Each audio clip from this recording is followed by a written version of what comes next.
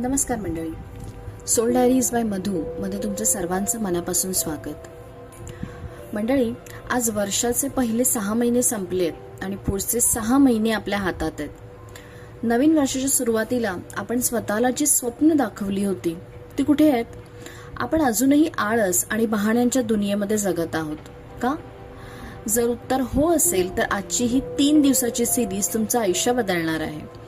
आज आपण जगातील सर्वात खडतर माणूस डेव्हिड गॉगिन्स यांच्या कांट हर्ट मी या पुस्तकाचा संपूर्ण प्रवास 3 दिवसात समजून घेणार आहोत. गॉगिन्स कोण आहेत?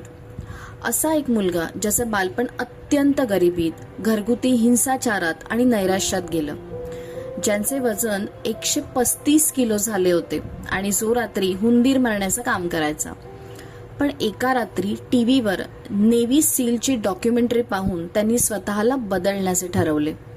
त्यांनी सर्वात पहिली गोष्ट केली ती म्हणजे अकाउंटेबिलिटी मिरर, म्हणजे जबाबदारीचा आरसा. गॉगिन्स म्हणतात, स्वतःला खोट्या समाधानात ठेवू नका. ते आरशासमोर उभे राहिले, स्वतःचे केस कापले आणि स्वतःला उघडं सत्य बोलले.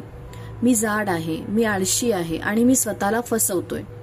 त्यांनी छोट्या चिठ्ठ्यांवर म्हणजे स्टिकी नोट्सवर स्वतःच्या चुका आणि स्वतःची रोजची ध्येय लिहिली आणि त्या आरशावर चिटकवली. महत्वाचे पॉइंट्स काय आहेत माहितीये? बहाणे बंद करा. परिस्थिती, शिक्षण किंवा पालकांना दोष देणं थांबवा. तुमच्या आयुष्याची जबाबदारी फक्त तुमची आहे. दुसरं म्हणजे कम्फर्ट झोनला तोडा. ज्या गोष्टींची भीती वाटते, ज्या करायला त्रास होतो त्या आधी करा. वेदना हीच तुमच्या प्रगतीची पहिली पायरी आहे. आजच एका आरशासमोर उभे राहा, स्वतःच्या डोळ्यात बघा आणि तुमच्यात काय कमतरता आहे त्या मान्य करा. एका कागदावर तुमच्या चुका आणि पुढील 6 महिन्याचं लक्ष लिहा आणि ते आरशावर चिटकवा. रोज सकाळी स्वतःला त्याची आठवण करून द्या. धन्यवाद.